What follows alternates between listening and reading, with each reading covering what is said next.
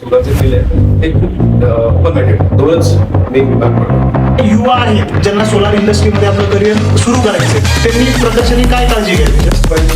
Part आहे की ज्याच्यात तुम्ही परफॉर्मन्स एनहान्समेंट करू शकता. Marathi minds global decision. नमस्कार मित्रांनो, मी रामेश्वर आपल्या सर्वांचं स्वागत करतो आपल्या या युट्यूब चॅनलमध्ये, जिथे मराठी माइंड्स ग्लोबल डिसिजन्स घेतात. मित्रांनो, आज आपण अशा एका इंडस्ट्रीबद्दल चर्चा करणार आहोत जी इंडस्ट्री येणाऱ्या काही वर्षांमध्ये, येणाऱ्या काही काळामध्ये भारताच्या एनर्जी फ्युचरला शेप देणार आहे.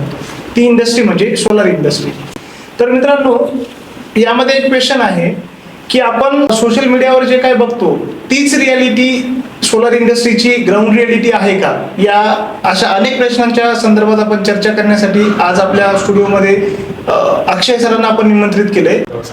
माझं नाव अक्षय पाचा आणि 2014 मध्ये मी सोलारमध्ये काम करायला सुरुवात केली.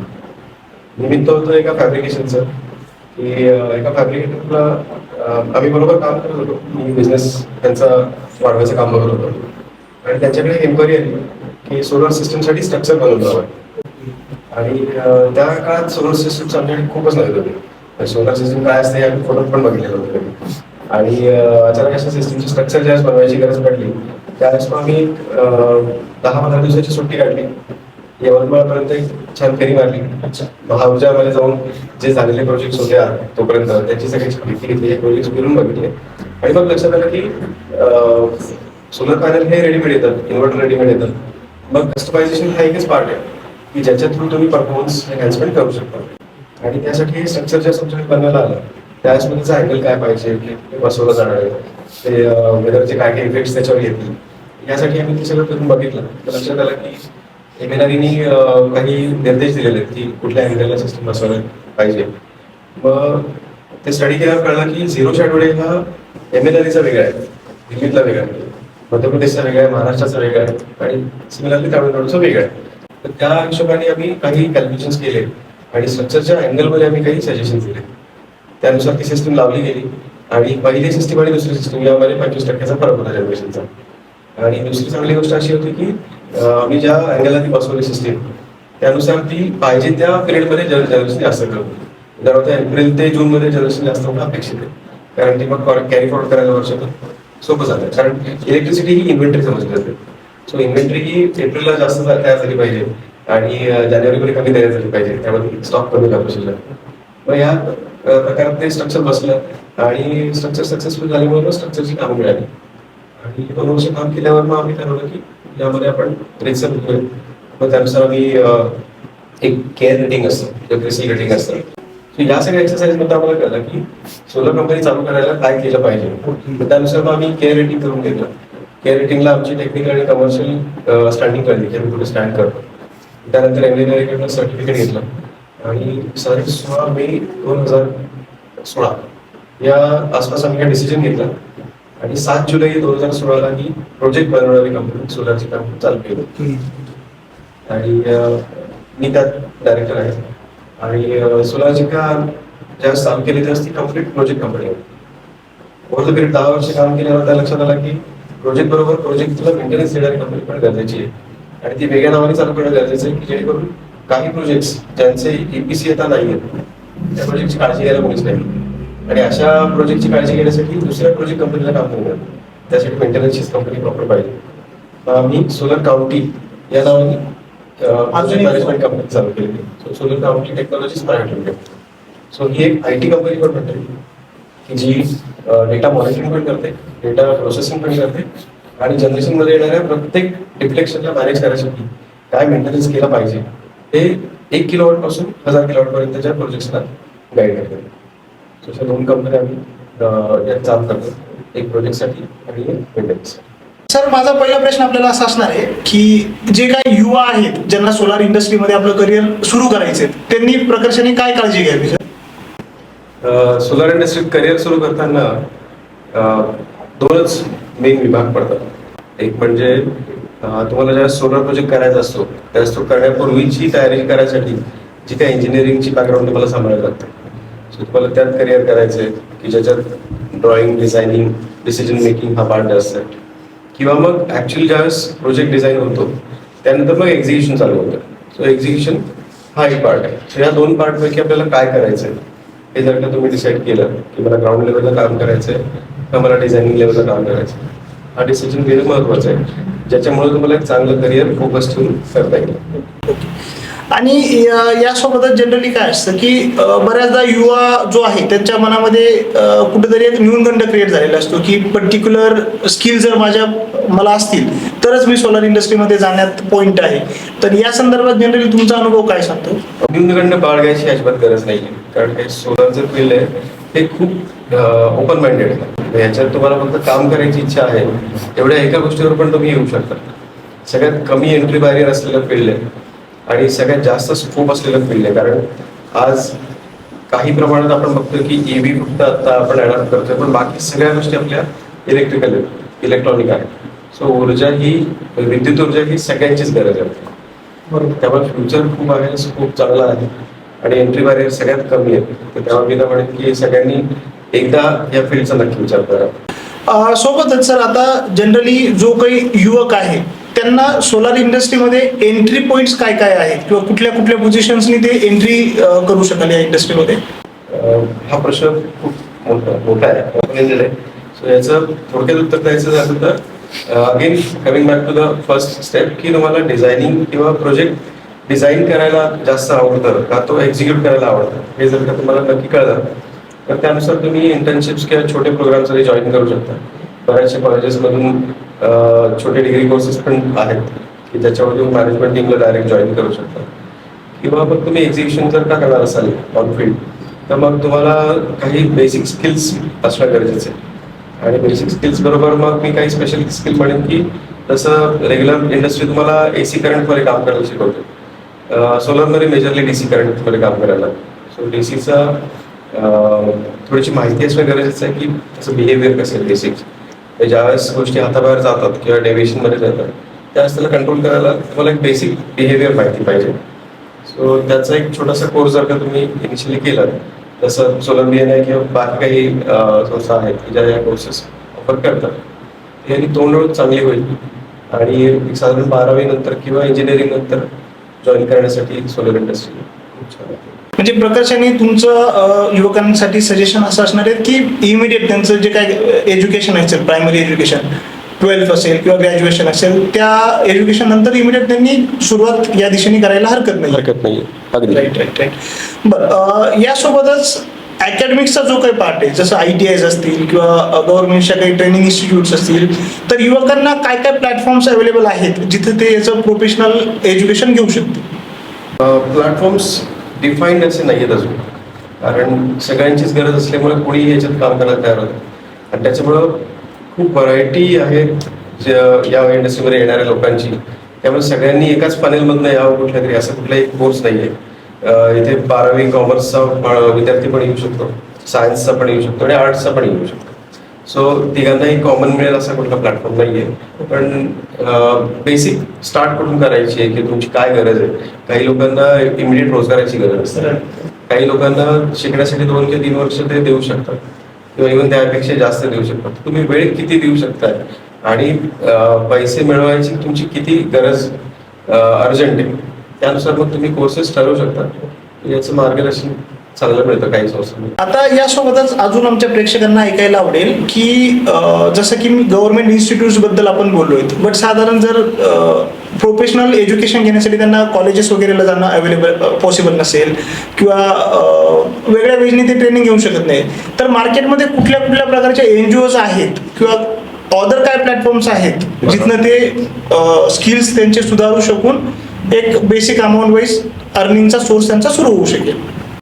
ओके, आता ह्या प्रश्नात खूप छान प्रश्न आहे. ह्याच्यात एक चांगलं उत्तर असं देता येईल याला की जर तुम्हाला इमिडिएट जॉईन करायचं असेल आणि चांगलं नॉलेज मिळेल ज्याच्यावर तुम्हाला तुमचं करिअर डिसाईड करायला असा कोर्स हवा असेल तर मी सजेस्ट करेन की अगदी 2 दिवसापासून 15 दिवसापर्यंतचे जे छोटे कोर्स आहेत त्यातला कुठलाही कोर्स करा आणि एखाद्या चांगल्या कंपनीला की जी गव्हर्नमेंटला वेंडर आहे किंवा कुठल्याही सबसिडी प्रोजेक्टला वेंडर रजिस्ट्रेशनमध्ये रजिस्टर्ड आहे अशा रजिस्टर्ड कंपन्यांकडे इंटर्नशिप म्हणून चालू करा. सुरुवातीला 1 महिना 2 महिना पगाराची जास्त अपेक्षा ठेवू नका, पण काम सगळं करून बघता येईल याची काळजी घ्या. सगळं काम एकदा करून बघितलं की तुम्हाला अंदाज येईल की यातलं मला काय आवडतं. सोबतच यामध्ये युवक जो आहे त्यांनी काय अमाऊंट पर्यंत सॅलरी किंवा अर्निंग एक्सपेक्ट करू शकतो, साधारण एक त्याच्या करिअरच्या हिशोबाने कशा पद्धतीचे प्लॅन्स यामध्ये असू शकतील? याच्यात मॅनेजमेंट आणि परत आपण थोडक्यात बोलायसाठी व्हाईट कलर आणि ब्लू कलर डिवाइड करूया. ब्लू कलर मध्ये जे हात काळे करायला लागतात Right. थोडक्यात. सो अगदी सगळ्यात सोपा जो जॉब आहे तो आहे पॅनल वॉशिंग करणं. कुठलीही सिस्टीम आपण लावतो त्याची लावायची सायकल साधारण 1-2 महिन्याची किंवा 3 महिन्याची असते. म्हणजे एका सिस्टीमवर इम्प्लिमेंटेशनसाठी तुम्हाला 2 किंवा 3 महिने काम करायला लागतं. पण त्यानंतर मेंटेनन्स जर का बघायचं असेल तर 25 वर्ष वॉरंटी असते पॅनल्सला. सो 25 वर्ष तुम्हाला त्याच्यावर काम करायची संधी मिळेल. मग एवढं जर का 25 वर्षाचं फ्युचर तुम्हाला एका छोट्या सिस्टीम मधनं दिसतंय, आता त्यातला रेव्हेन्यू बघूया आपण. एक छोटासा 10 किलोवॅटचा प्रोजेक्ट आहे समजा. 10 किलोवॅटच्या प्रोजेक्टला तुम्हाला एकदा वॉशिंग करण्यासाठी 200 रुपये किलोवॅट पर्यंत मिळू शकतात वाटिका वॉशिंगचे. या हिशोबाने तुम्ही एक माणूस दिवसभरात 100 किलोवॅट आरामात वॉशिंग करू शकतो. म्हणजे दिवसाला 1000 ते 10,000 रुपये तुम्ही कमावू शकता. म्हणजे यातनं युवकांसाठी चांगल्या अमाऊंट वाईज अर्निंगचे अगदी. खूप सारे ऑप्शन्स नक्की पूर्ण. आणि जसं तुम्ही गाईड करतायत की व्हाईट कलर ब्लू कलर हो. दोन्ही प्रकारचे पण Job आहेत. हो. जॉब आहेत. तर मित्रांनो तुम्ही नक्कीच या इंडस्ट्रीबद्दल प्लॅन करू शकता. सर सोबतच आम्हाला हे समजून घ्यायला आवडेल की येणाऱ्या 5 वर्षांमध्ये 10 वर्षांमध्ये सोलार इंडस्ट्रीमध्ये जॉबच्या काय काय ऑपॉर्च्युनिटीज आहेत किंवा या इंडस्ट्रीला एक्सटर्नल काही धोके आहेत का? धोके आहेत, नक्की आहेत. कारण जशी डिमांड वाढेल तसं त्यात ऑप्टिमायझेशन वाढेल. ऑप्टिमायझेशन नंतर त्यात प्राइस कॉम्पिटिशन येईल आणि हे सर्कल प्रत्येक इंडस्ट्रीचं असतं. फक्त या इंडस्ट्रीला त्या धोक्याच्या पुढे जाऊन एक फायदा काय आहे, तर इलेक्ट्रिसिटी पासून अनटच्ड कोणी नाही. आणि पुढे जाऊन ज्याला इलेक्ट्रिसिटी मिळाली आहे, आज 1 किलोवॅट मिळाली असेल तर उद्या 10 किलोवॅटची गरज आहेच. जसं आपले फोन पूर्वी 100-500 मिली एम्पियरवर वापरायचो, आज आपण 500 मिली एम्पियरवर 5000 मिली एम्पियर कधी पोहोचलो आपल्यालाच माहित नाही. सो गरज ही वाढतच जाणार आहे. त्यामुळे इंडस्ट्रीत येण्यासाठी स्कोप भरपूर आहे. जिथे जिथे इलेक्ट्रिसिटीची डिमांड असेल तिथे प्रत्येक ठिकाणी इथे काम करण्याची संधी मिळेल. आणि जिथे गरज आहे तिथे पुरवठा आला. आणि सोलार ही पुरवठा इंडस्ट्री, त्यामुळे डिमांड जशी वाढत जाईल तशी ही इंडस्ट्री वाढत जाईल. सोबतच सर यासोबत अजून मला समजून घ्यायला आवडेल की एखादा युवक आहे ज्याला ॲज अ फ्रीलान्सरच्या हिशोबाने काम करायचं असेल, बरोबर. ॲज अ फ्रीलान्सर त्याला त्याचं करिअरची सुरुवात करायची असेल, तर यासाठी साधारण त्याला काय इन्व्हेस्टमेंट बॅकअप ठेवावे लागेल? फ्रीलान्सरला करिअर ठरवणं थोडंसं अवघड आहे सोलारमध्ये. कारण ही सिलेक्शन प्रोसेस अवघड आहेच. पण या एक 10 वर्षांची जबाबदारी केली. मी प्लॅन्ट लावून दिला की प्लॅन्टमध्ये सोलर पॅनल्स असतात. पॅनल्सला मॅन्युफॅक्चरर वॉरंटी 10 वर्षाची असते मिनिमम. म्हणजे त्या गोष्टीची 10 वर्ष जबाबदारी एक सिंगल पॉईंट ऑफ कॉन्टॅक्ट म्हणून तुमची असते. फ्रीलान्स म्हणून काम करताना तुम्हाला मल्टिपल कंपनींबरोबर काम करायला लागतं. अशा वेळेस तुमचा एक स्ट्रॉंग बॉन्ड जो म्हणतो आपण त्या एका कंपनीवर तयार होत नाही. आणि त्याच्यामुळे हे एक रिस्क पण असतं कस्टमरसाठी. आणि त्यावर मी सजेस्ट करेन की फ्रीलान्स म्हणून काम करताना फोकस हा ठेवा की तुम्ही डिझायनिंग लेवलला काम करा, डिस्ट्रीब्युशन लेवलला थोडंसं कमी काम करा या बाबतीत. कारण यात तुम्ही कस्टमरसाठी काही क्रिएट करा. आणि डिझायनिंग प्रोसेससाठी काम करायचं असेल तर पण फ्रीलान्स म्हणून येताना एक साईटसाठी सर्वे करावा लागतो. कुठली साईट बसवायची, तर प्रोजेक्टच्या आधी काही सर्वेज असतात. हे काम तुम्ही फ्रीलान्स म्हणून करू शकता. त्यात तुम्ही तुमची फिरायची आवड पण कम्प्लीट होईल. मला वेगवेगळ्या गोष्टी शिकायला मिळतील, वेगवेगळ्या साईट समजून घ्यायला मिळतील. आणि याची लॉंग टर्म रिस्पॉन्सिबिलिटी तुम्ही कुठली ब्रेक नाही करणार. सो प्री प्रोजेक्ट जे सर्व्हिस असतात त्यासाठी तुम्ही नक्की फ्रीलान्स करून काम करू शकता. म्हणजे मित्रांनो सर आपल्या सर्वांना सजेस्ट करताय की आपण ॲज अ फ्रीलान्सर या इंडस्ट्रीला न बघता कुठल्या तरी वेल रेप्युटेड कंपनी सोबत असोसिएट होऊन काम केलं तर आपल्याला एक्सपोजर पण छान मिळेल आणि प्रॅक्टिकल एक्सपिरियन्स पण चांगल्या पद्धतीने मिळू शकेल. सोबतच इन्स्टॉलेशन आणि मेंटेनन्स म्हणजे वन टाइम आपण इन्स्टॉलेशन जो करतोय त्या अनुषंगाने काय चॅलेंजेस असतात आणि सर्व्हिस वाईज युवकांना काय चॅलेंजेस येऊ शकतात मेंटेनन्सच्या हिशोबाने? ओके. इन्स्टॉलेशनची प्रोसेस तसं म्हणलं तर खूप सोपी आहे. कारण प्रत्येक सोलर पॅनल कंपनी आणि इन्व्हर्टर कंपनी त्यांचं स्वतःचं एक इन्स्टॉलेशन मॅन्युअल असतं. कारण इंडस्ट्रीमध्ये कॉस्ट इंजिनिअरिंग हा एक विषय आहे, खूप महत्त्वाचा आहे.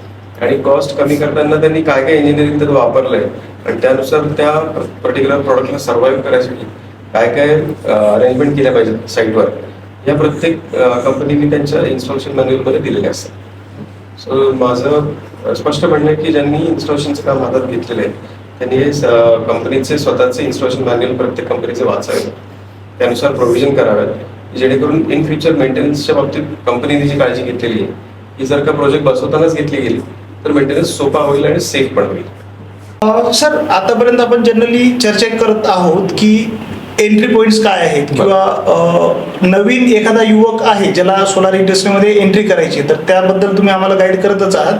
सोबतच आता यापुढे मी तुम्हाला काही प्रश्न असे विचारू इच्छितो जे की एंड युजर जो आहे, सपोज एखादा व्यक्ती आहे ज्याला ज्याच्या घरी किंवा त्याच्या सोसायटीमध्ये सोलार पॅनल इन्स्टॉलेशन करून घ्यायचं असेल, तर त्या व्यक्तीने काय एक्झॅक्टली प्रिकॉशन्स घ्यावी, काय काळजी घ्यावी, याबद्दल आपण थोडीशी चर्चा करूया. तर सगळ्यात अगोदर मला तुम्हाला विचारायला आवडेल सर, मार्केटमध्ये फेक कंपनीज कशा ओळखायच्या, की एखादी कंपनी फेक आहे हे कसं समजून घ्यायचं? फेक कंपनी असं म्हणणं अवघड आहे, कारण एखादी कंपनी एस्टॅब्लिश होतीये ती गव्हर्नमेंटच्या रूलच्या अंडर होतीये, त्यामुळे कुठली कंपनी एस्टॅब्लिश होताना फेक म्हणून एस्टॅब्लिश होत नाही. अर्थात त्यांना ज्या कॉम्पिटिशन्सला सामोरं जायला लागतात आणि त्याच्यात त्यांच्याकडे स्ट्रगलिंग पॉईंट जे काय असतात त्यानुसार ते ठरवतात की कॉम्प्रोमाइज कशात करायचे. जसं मोठ्या कंपन्या असतात त्या प्रोजेक्टच्या नंबर्समध्ये कॉम्प्रोमाइज करतात की 10 पैकी 4च घेऊया आपण चांगले केले, सो त्यांनी कॉम्प्रोमाइज केलेले असते प्रोजेक्टसाठी. वेळेस काही कंपन्यांना रोलिंग खूप महत्वाचं असतं की एवढा एवढा कॅश फ्लो हा आलाच पाहिजे, त्यासाठी त्या नंबर ऑफ प्रोजेक्ट्स घेतात आणि मग कुठेतरी क्वालिटी आणि डेडलाईन्स अचीव्ह करण्यासाठी, टाइमलाईन अचीव्ह करण्यासाठी क्वालिटीला कॉम्प्रोमाइज केलेलं असतं किंवा काही शॉर्टकट्स वापरलेले असतात. सो फेक कंपनी म्हणण्यापेक्षा तुम्ही एक मार्केटमधलं ॲव्हरेज प्राइस बघा की समजा फॉर एक्झाम्पल 3 किलोवॅटची सिस्टीम बसवतोय, सध्या खूप रनिंग आहे. 10 वर्षापूर्वी 3 किलोवॅट सिस्टीम साधारण 2,60,000ला यायची. अजून सुद्धा ती चांगली सिस्टीम 2,20,000च्या खाली जात नाही, कारण पॅनल्स आणि एक बेसिक सेटअप बघितला तर 1,00,000-1.5 लाखात तो येऊन जातो. पण त्याच्यानंतर मग त्याच्या प्रिकॉशन्स ज्या काही आहेत की ती सिस्टीम 25 वर्ष टिकावी म्हणून त्याची ॲव्हरेज प्राइस रेंज ठरलेली की 1,85,000 ते 2,20,000 ही स्टँडर्ड 3 किलोवॅटची कॉस्ट आहे. जर याच्यापेक्षा खाली तुम्ही जाताय 1,70,000 जर का तुम्हाला कोणी सिस्टीम देत आहे तर तुम्ही हा विचार करून बघा की मार्केटपेक्षा कमी रेटमध्ये हा माणूस प्रॉफिट पण काढतोय, तर मग आपण ही सिस्टीम स्टडी करू शकतो का खरंच, आणि प्रॉफिट होतोय का पैसे कमी जातात. दोन्ही वेगळ्या गोष्टी आहेत. पैसे कमी जाणं हा 100% नुकसान पण असू शकतो. 1,70,000 वाया गेले. राईट. बऱ्याचदा जनरली काय होतं ना, एखादी व्यक्ती आहेत, आता एक साधारण व्यक्ती आहेत, त्यांना सोलार इंडस्ट्रीचं कुठलं नॉलेज नाही, पण त्यांना बसवायची आहे, तर अशा केसमध्ये तो व्यक्ती बऱ्याचदा चुकीचे डिसिजन घेऊ शकतो. यावेळेस तुम्ही त्यांना काय सजेस्ट कराल? पर्टिक्युलरली मी किंवा कोणी एका माणसाने सगळ्या माणसांपर्यंत पोचणं अवघड आहे, आणि त्याच्यावर मी एवढं सांगेन की आता ह्या बोलण्यात मला हे जाणवत आहे की या लेवलला प्रयत्न व्हायला पाहिजे की स्टँडर्ड एक कुठली तरी उत्तर दिशा असली पाहिजे जिकडे बघून हे सगळे सिलेक्शन करता येईल, आणि हा प्रयत्न व्हायला पाहिजे की ठीक आहे गव्हर्नमेंटनी पॉलिसी आणून दिलेली आहे की सोलर बसवा, त्यानंतर प्रत्येक इक्विपमेंट मॅन्युफॅक्चररनी एक इन्स्टॉलेशनचं गाईडलाईन दिलेलं आहे, पण प्रोजेक्ट बसवताना असं कुठली उत्तर दिशा नाही आहे की इकडे बघून आपण हे सिलेक्शन करावं आणि हे चांगलंच होईल. याच्यावर नक्की प्रयत्न करायला पाहिजे असं वाटतं. आता सोबतच जनरली काय होतं ना, गव्हर्नमेंटनी सबसिडीचा प्लॅन मोठ्या प्रमाणात त्याचं प्रमोशन करते. सर्वसाधारण एखादा व्यक्ती असेल तो सबसिडीला बघून अट्रॅक्ट होऊन या सगळ्या सोलर सिस्टमचा प्लॅनही करतो. बट थोडंसं आमच्या प्रेक्षकांना हेही गाईड करा की सबसिडी मिळवण्यामध्ये लोकांना जनरली काय प्रॉब्लेम्स क्रिएट होत आहेत किंवा 100% मिळण्यासाठी त्यांनी काय प्रिकॉशन्स घ्यावी? सबसिडी मिळण्यासाठी एक खूप महत्वाची गोष्ट आहे की ऍप्लिकेशन्स मध्ये बऱ्याच ठिकाणी OTP दिले, तर ते काही गोष्टींसाठी दिलेले आहेत की प्रत्येक गोष्ट तुमच्या नजरेतनं गेली पाहिजे. सो जिथे जिथे OTP येणार आहे त्या प्रत्येक गोष्टीला वाचल्याशिवाय पुढे जाऊ नका. एवढं एक गोष्ट जरी केलीत आपण तरी तुमचा प्रोजेक्ट सक्सेसफुल होईल. बरं, साधारण जनरली असा काही पर्सेंटेज वाईज तुमच्या बघण्यात किंवा मार्केटमध्ये जनरली असे काही आहेत का, किंवा काय प्रमाणात लोक आहेत ज्यांनी सबसिडीच्या अनुषंगाने इन्स्टॉलेशन तर केलंय बट त्यांना सबसिडी मिळालीच नाही? अशा आहेत, बऱ्याचशा केसेस आहेत, पण यात सिस्टीमची कुठे चूक फारशी दिसलेली नाहीये. कारण सिस्टीम रिजेक्ट करते त्याची ती उत्तरं पण देते की सिस्टीम पेंडिंग आहे किंवा रिजेक्टेड आहे, ते कुठल्या कारणासाठी आहे. आणि यात बऱ्याचदा कसं होतं की प्रोजेक्ट बसवायची घाई केली जाते. कधी कधी ऍप्लिकेशन व्हायच्या प्रोजेक्ट सिस्टीम बसून झालेली असते. कधी कधी रूल्स चेंज होतात की मध्ये DCRचा जो रूल आला त्यावेळेस काही जुने पॅनल्स बसवलेले होते, रूल्स बाय डिफॉल्ट चेंज झाले, त्यामुळे सिस्टीम ऍक्सेप्ट नाही झाल्या, किंवा वेंडर रजिस्ट्रेशनमध्ये काही इश्यू आला. बऱ्याच असं होतं की प्रत्येक ठिकाणी एक वेंडर पोहोचू शकत नाही, मग तो स्वतःच्या काही चॅनल पार्टनर कंपनीजना असाइन करतो, त्यांच्याकडनं चुका होतात, मध्ये इन्स्पेक्शनला फेल जातात. अशी बरीच कारणं आहेत की ज्याच्यामुळं या गोष्टी फेल होतात. आता यासोबतच सर जनरली कसं आहेत ना, गव्हर्नमेंटच्या काही जर पॉलिसीज चेंज होत आहेत किंवा गव्हर्नमेंट अचानक जर काही चेंजेस करतायत, तर जो एंड युजर आहे, जो सर्वसाधारण व्यक्ती आहे, या सर्व गोष्टींच्या बद्दल त्याला अवेअरनेस नसतो. बरं. तर यासाठी काही प्लॅटफॉर्म्स आहेत का जिथं डे टू डे गव्हर्नमेंटकडनं सोलार इंडस्ट्रीबद्दल जे काही अपडेशन्स येत आहेत, चेंजेस होत आहेत, तर अशा काही साईट्स असतील किंवा अशा काही प्लॅटफॉर्म आहेत का जे लोक तिथनं अपडेट्स घेऊ शकतील, म्हणजे जेणेकरून त्यांच्यासोबत फ्रॉड किंवा चुकीच्या गोष्टी घडणार नाही? बरोबर. याच्यात काम करणाऱ्या, रेग्युलर काम करणाऱ्या की ज्या सोलर इम्प्लिमेंटेशनच्या एजन्सी आहेत किंवा डिस्ट्रीब्युटर आहेत, यांच्यासाठी नक्की अशा संस्था आहेत की ज्या रूल्स सगळे अपडेट झालेले, रोजच्या रोज डिस्ट्रीब्युशन होईल, माहिती स्प्रेड होईल. पण ॲक्च्युली ग्राहकांसाठी अशी कुठली संस्था नाही आहे की जी रेग्युलरली ग्राहकांचे प्रश्न सोडवेल, त्यांच्याशी कम्युनिकेशन प्रॉपर ठेवेल आणि केस टू केस बेसिसवर सोल्युशन देईल. अशी कुठली संस्था नाही आहे. अच्छा, म्हणजे अद्याप तरी नाही. Okay okay. बरं, सोबतच साधारण आपण प्रेक्षकांना अशी काही चेकलिस्ट वगैरे गाईड करू शकू का की जेणेकरून एखादा व्यक्ती आहे जो की आता नजीकच्या फ्युचरमध्ये भविष्यात तो इन्स्टॉलेशनचा प्लॅन करतोय, पण त्यांनी काय काय गोष्टींची प्रिकॉशन्स एक्झॅक्ट घ्यायला हवी जेणेकरून भविष्यात त्याच्यासोबत फ्रॉड किंवा चुकीच्या गोष्टी होणार नाही, असं जनरली? अशी चेकलिस्ट आहे आणि अगदी बेसिक चेकलिस्ट आहे ही. सो गव्हर्नमेंट प्रोजेक्टमध्ये गव्हर्नमेंट प्रोजेक्टकडनं वर्क कम्प्लिशन रिपोर्ट येतो MSEBचा, तर तो जरी फॉलो केला तरी चालतं. या व्यतिरिक्त आपण या कार्यक्रमाच्या माध्यमातून पण काही चेकलिस्ट देऊ शकतो, असे पॉईंट्स देऊ शकतो की हे बेसिक साधारण 30 ते 40 पॉईंट्स असतात. हे जर प्रत्येकाने आपापल्या सिस्टीम स्पेसिफिक चेक केले, सिंगल फेज, 3 फेज किंवा काही कमर्शियल सिस्टीम्स असतात 20 किलोवॉटच्या पुढच्या, मग ज्याला TOD अप्लाय होतो, मग यानुसार हे जर का चेकलिस्ट फॉलो केली तर नक्की तुमचा प्रोजेक्ट प्रॉफिटेबल होईल. मित्रांनो, सर जे 30 ते 40 पॉईंटची चेकलिस्ट आपल्याला सजेस्ट करतायत ती मी व्हिडिओच्या डिस्क्रिप्शनमध्ये तुमच्यासाठी शेअर पण करेल. तुम्हाला जेव्हा आवश्यकता असेल तेव्हा तुम्ही ते प्लीज नोटिफाय करून घेऊ शकता. सर, यासोबतच आता जनरली मला अजून एक गोष्ट तुमच्याकडनं समजून घ्यायची आहे. ROI बद्दल जनरली रिटर्न ऑन इन्व्हेस्टमेंटचा जो सगळ्यात महत्त्वाचा पॉईंट आहे की सोलार सिस्टम बसवताना ॲज पर कंपनी किंवा इन्स्टॉलर जो आहे त्याच्यानुसार प्राइस ऑब्विसली व्हॅरी होती. मग साधारण ती जी कमिटमेंट करतात त्या दिवसात त्याचा ROI जनरेट होतो का, जो कोणी बसवतो त्यांच्यासाठी? ROI बघणं चांगली गोष्ट आहे, महत्वाची आहे. पण ROI बघताना त्याला खूप जास्त स्ट्रिक्ट ठेवू नका. कारण मे बी ही पहिली गोष्ट आहे की जी तुम्हाला फायदा पण देते आणि तरी सुद्धा त्याचा ROI तुम्ही बघताय. कारण आपण 20 लाखाची कार घेतो किंवा 10 लाखाची कार घेतो, त्याच्यात पेट्रोल होतो 6 रुपयांनी, म्हणजे 26 लाखापर्यंत जाते 1 लाख किलोमीटर चालत. पण आजपर्यंत ROI कधी मी कारचा बघितलेलं नाही. पण ऑफकोर्स सोलर ही तुम्ही प्रोड्युसर होता इलेक्ट्रिसिटीचे आणि जिथे तुम्ही प्रोडक्शन करता तिथे ROI बघितलंच पाहिजे. आणि हा ROI साधारण कमर्शियल बद्दल मी मुद्दाम बोलतोय की इंडस्ट्रियलला टॅरिफ लागू होतं वेगळं, कमर्शियलचे टॅरिफ वेगळे असतात किंवा हायर असतात. सो कमर्शियल आणि रेसिडेन्शियलला ROI लवकर येतो. एक ॲव्हरेज अमाऊंटमध्ये बसवली सिस्टीम तर हा साधारण 33 महिन्यात येतो ROI. आणि 33चा 32 झाला पाहिजे ही काही करू नका. 33चा 36 झाला तरी काळजी करू नका, पण हा साधारण 10% पुढे मागे जातो. 33 महिने तुम्ही बदल तुमचा. मित्रांनो, जनरली सर आपल्याला या व्हिडिओच्या माध्यमातून गाईड करण्याचा प्रयत्न करतायत की आपण लॅबिलिटी परचेस करण्यासाठी फारसा जास्त विचार करत नाही. जसं सर एक्झाम्पल पण आपल्याला देतात की आपण एखादी कार परचेस करताना जास्त विचार करत नाही ज्या कारची किंमत फ्युचरमध्ये कमीच होणार आहे. बट इथं आपण सोलर सिस्टम इन्स्टॉल करताना आपले ऑब्व्हियसली पैसे वाचत आहेत, सगळ्या गोष्टी सेव्ह होत आहेत आणि आपण स्वतः एनर्जी प्रोड्युसर बनतोय. तर निश्चितच सरांच्या गायडन्सनुसार मीही तुम्हाला सजेस्ट करेल की आपण लवकरात लवकर सोलरच्या इन्स्टॉलेशनचा प्लॅन अवश्य करावा, जेणेकरून तुम्हाला गव्हर्नमेंटच्या सबसिडीचा पण बेनिफिट करून घेता येईल. बरोबर ना सर? अगदी बरोबर. आता सर जसं की आपण मगाचपासून चर्चा करतोय, आपण युवा आहेत त्यांना सोलार इंडस्ट्रीमध्ये एंट्री करायची, त्यांच्यासोबत तुम्ही त्यांच्याविषयी आम्हाला मार्गदर्शन केलं. सोबतच एंड युजर जो आहे त्यांच्याविषयी पण तुम्ही आम्हाला काही गोष्टी मार्गदर्शन केल्या.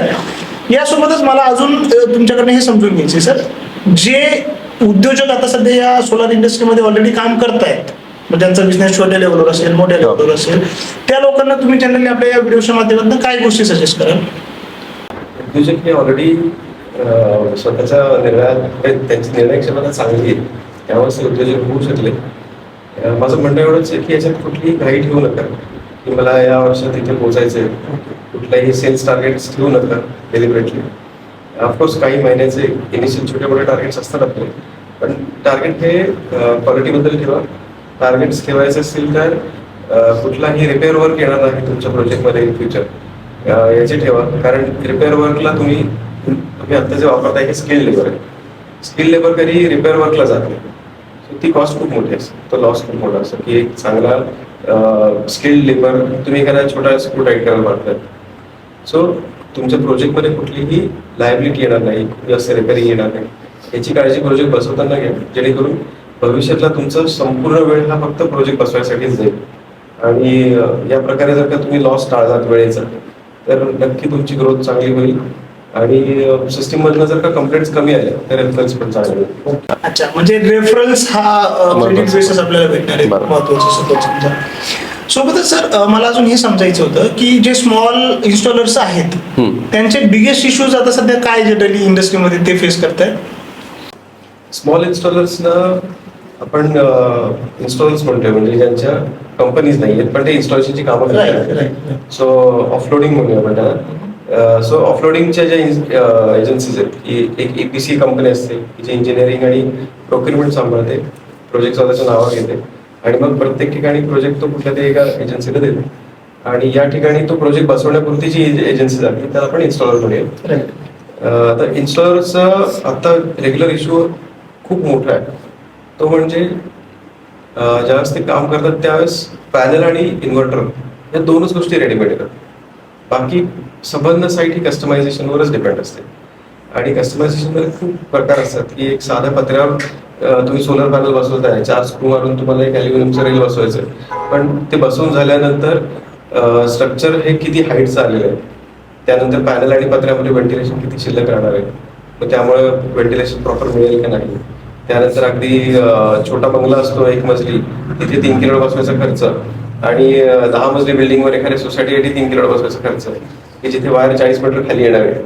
तर अशा ठिकाणी हे कस्टमायझेशन हे जर का ओरिजिनल कंपनीने डिलिव्हर नाही केले इन्फॉर्मेशन, की ज्यावेळेस तुम्ही 40 मीटर वायर नेत आहे त्यावेळेस त्याचा थिकनेस काय पाहिजे, रेजिस्टन्स किती येणार आहे, अर्थिंग वरनं आणलेलं खालपर्यंत व्यवस्थित पोहोचेल का, 1.5 मजली बंगल्याला हे वायरची लेंथ आणि त्याचे साईजेस वेगळे असतात. कस्टमायझेशन जे आहेत साईट स्पेसिफिक, ह्या जर का ओरिजिनल कंपनीने डिलिव्हर प्रॉपर नाही केल्या तर ती साईट ही फेल होऊ शकते आणि त्याची संपूर्ण जबाबदारी त्या इन्स्टॉलरची असते.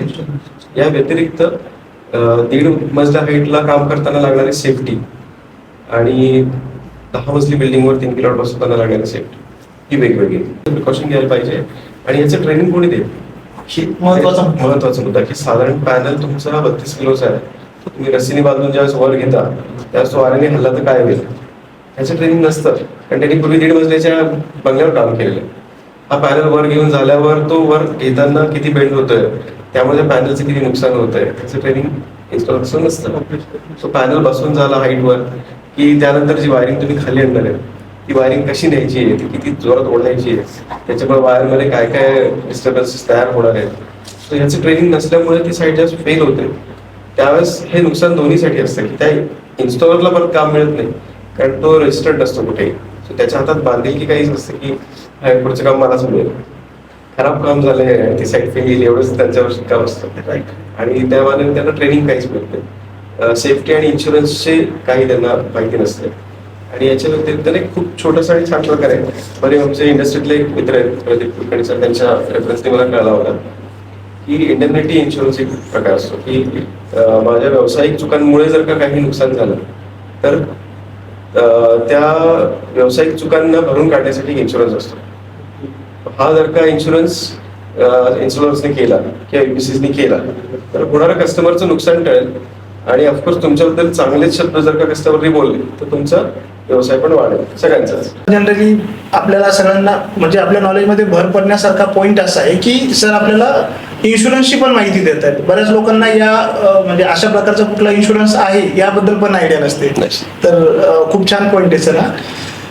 आता तुम्ही आम्हाला सेफ्टी बद्दल गाईड केलं, तुम्ही आम्हाला स्किल्ड बद्दल गाईड केलं, बट यासोबतच जे नवीन इन्स्टॉलर्स आहेत त्यांनी एक्झॅक्टली त्यांचा कॅश फ्लो कसा मॅनेज करावा किंवा मोस्टली बिझनेस कुठलाही बिझनेस असू दे कॅशमुळे बरेचसे इश्यूज क्रिएट होतात, तर त्यांनी कॅश फ्लो कसा मॅनेज करावा सर? कॅश फ्लो हा तुमच्याकडे किती येतो यापेक्षा तुम्ही कसं मॅनेज करता हाच विषय. सो तुमचे बिझनेसमध्ये रिलेशन्स कसे आहेत, जास्तीत जास्त आपण महाराष्ट्रात काम करतोय. आज महाराष्ट्रात जास्तीत जास्त लोक हे एकमेकावर विश्वास ठेवून जास्त काम करतात बँकेतनं आलेल्या पैशापेक्षा. सो तुम्ही तो विश्वास जर का पहिल्या 2 किंवा 3 ऑर्डरमध्ये तयार केला तर केवळ त्या रेफरन्स केसवर तुम्ही पुढच्या क्लायंटला सांगू शकता की मला ऍडव्हान्स एवढंच लागतं. क्वालिटी कामाची तुमची चांगली असेल, तुमचा मागचा व्यवहार चांगला असेल तर पहिल्या 2 ते 3 केस झाले की तुम्ही हा मागचा विश्वास पुढे कॅरी फॉरवर्ड करू शकता.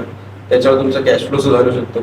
तुम्ही तुमच्या मिनिमम जे काही तुमचं भांडवल लागणार आहे त्या पर्टिक्युलर प्रोजेक्टसाठी ते आहे त्या कस्टमरकडनंच ॲडव्हान्समध्ये घेऊ शकता. आणि या बाबतीत फक्त विश्वास काम करतो.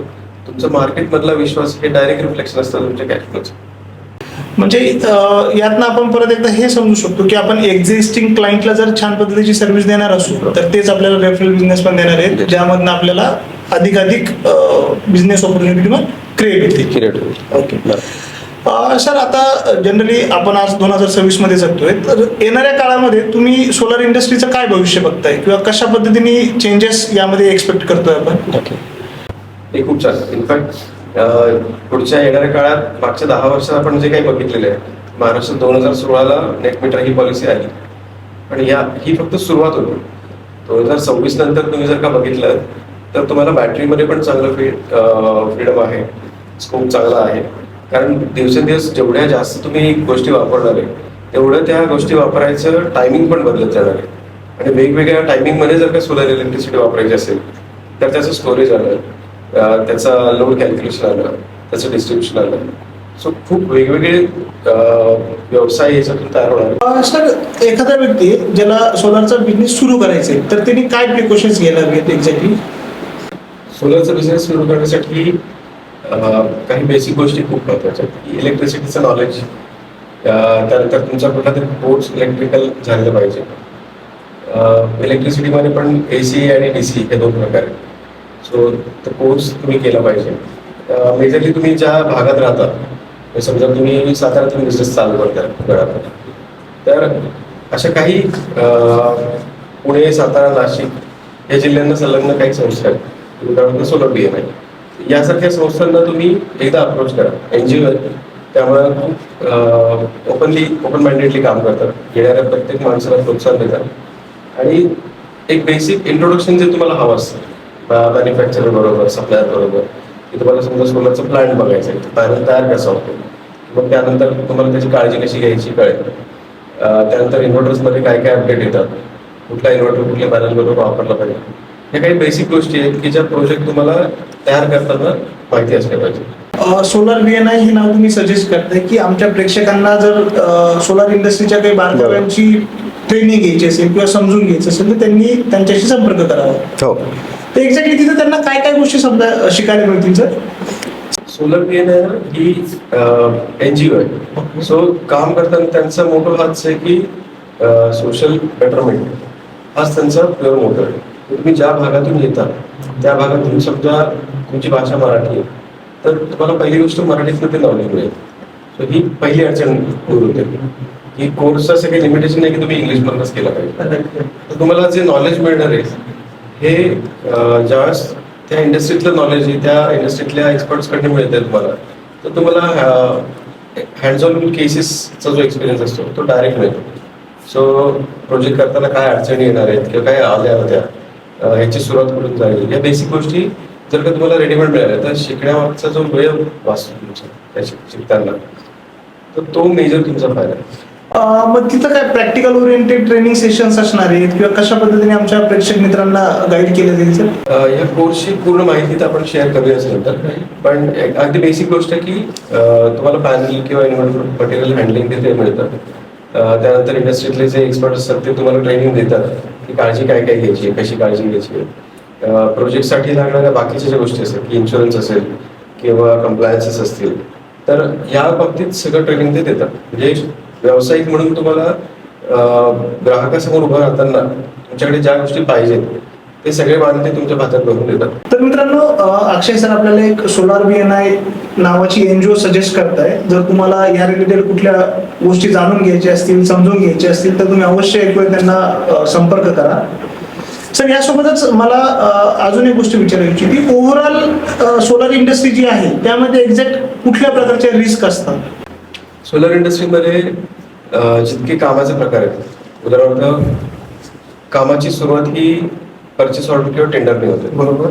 सो परचेस ऑर्डर हाच मुळात एक पहिली रिस्कचा पार्ट आहे की तुम्ही ज्यावेळेस परचेस ऑर्डर क्लिअर करताय त्यावेळेस त्यातले जर का टर्म्स क्लिअर नसतील, उदाहरणार्थ एक सोसायटी आहे ती ज्यावेळेस परचेस ऑर्डर देते तुम्हाला, त्यावेळेस त्यांनी ती चालू काळानुसार DCR पॅनलची ऑर्डर काढलेली आहे का नॉन DCRची काढलेली आहे, त्यात तुम्ही प्राइस काय कमिट केलेली प्राइस कुठल्या पॅनलच्या अगेन्स्ट आहे, हे जर का तुम्ही नीट बघून नसेल घेतलं, काही नजर चुकीने किंवा कमी माहिती असल्यामुळे सोसायटीने एखाद्या समजा नॉन DCR पॅनलच्या प्राइसिंगवर एक कोटेशन फाईल केलं, तुम्ही ते ब्लाइंडली ऍक्सेप्ट केलं आणि जर DCR पॅनल द्यावे लागले सबसिडीसाठी, तर साधारण 10,000 रुपये पर किलोवॉटचा लॉस तुमचा होऊ शकतो. सो फायनान्शियल लॉस या प्रकारे होऊ शकतो. ज्यावेळेस तुम्ही सिस्टम बसवता त्यावेळेस ती साईट स्वतः बघणं गरजेचं आहे. जर तुम्ही साईटला बघता किलोवॉटला एक कॉम्पिटिशन म्हणून किलोवॉटचा रेट दिला आणि साईटवर कस्टमायझेशन जास्त निघालं, तर तिथे तुमचा अजून एक लॉस होऊ शकतो. साईटवरचे कॉम्प्लिकेशन्स तुम्हाला माहिती नसतील आणि तुम्ही जर का त्यानुसार एखादी एक्सपर्ट लेवलचीच रिक्वायरमेंट आहे साईटची आणि तुम्ही जर का सेमी स्किल किंवा कमी एक्सपिरियन्स असलेला माणूस पाठवला, तर त्यातून काही चुका होऊ शकतात. ह्युमन सेफ्टी रिलेटेड पण काही रिस्क क्रिएट होऊ शकतात, ज्याच्यामुळं जीवितहानी पण होऊ शकते, आर्थिक हानी पण होऊ शकते. सो या सगळ्या गोष्टी रिस्क निर्माण करतात. बरं सर, सोलार इंडस्ट्रीमध्ये एखादा बिझनेस एखाद्या व्यक्तीला सक्सेस करायचा असेल तर यासाठी काही गोल्डन रूल्स आहेत का? सोलार इंडस्ट्रीमध्ये सक्सेस करायचं असेल तर गोल्डन रूल जो सगळ्या बिझनेसला लागू होतो तोच की ग्राहकाचा शब्द, तुमच्याबद्दल ग्राहक काय बोलतात हे जर का तुम्ही सुधारू शकलात आणि सर्वोत्तम देऊ शकलात तर तुमचा सक्सेस निश्चित आहे.